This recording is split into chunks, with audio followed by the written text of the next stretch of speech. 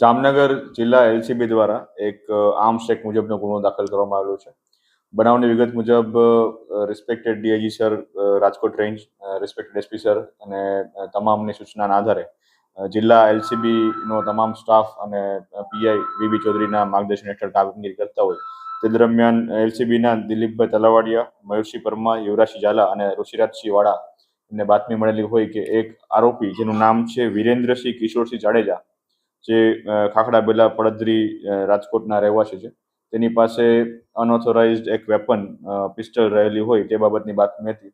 તો આ આરોપીની વોચમાં એલસીબીના તમામ માણસો રહેલા હતા. જે સંદર્ભે જે આરોપી જે છે એ રાજકોટ હાઈવે ઉપર મોડપર ગામના પાટિયા પાસે મળી આવેલો હોય અને તેની પાસેથી એક કન્ટ્રીમેડ પિસ્ટલ જેની કિંમત આશરે 25,000 રૂપિયા છે, એક જીવતો કાર્ટિસ જેની 100 રૂપિયા કિંમત અને એક મોબાઈલ ફોન કિંમત 5,000 ગણી અને કુલ 30,100 રૂપિયાનો મુદ્દામાલ સાથે આરોપીને પકડી પાડવામાં આવેલો છે અને આગળની કાર્યવાહી માટે ધ્રોલ પોલીસ સ્ટેશનમાં ફરિયાદ દાખલ કરી અને ઇન્વેસ્ટિગેશન હાલ ચાલુમાં છે. સાહેબ, આના ઉપર અગાઉ પણ ગુના નોંધાયેલા છે, હથિયારનો કે ગુનો નોંધાયેલો શું?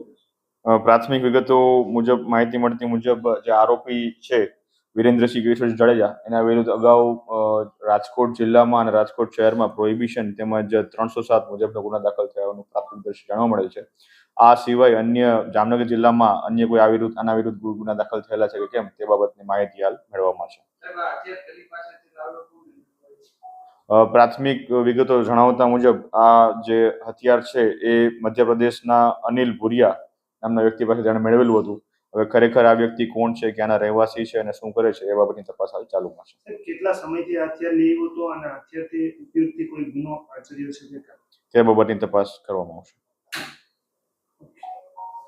રાખો એક મિનિટ આપા ભલે ને કાઈ વાંધો નહીં. ગાંધી તારે એક ખાટું બધામાં રાહ જોવે હું નતું ભાઈ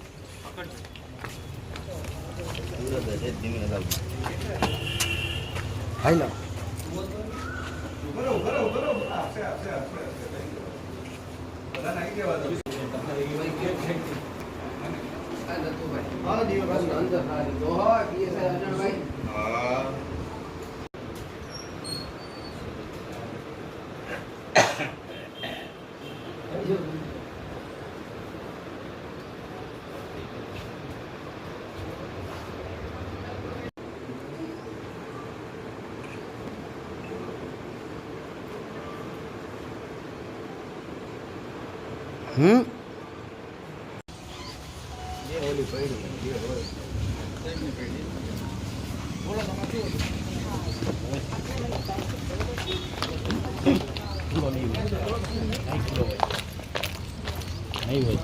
ખાલી ગાડી ઉતરી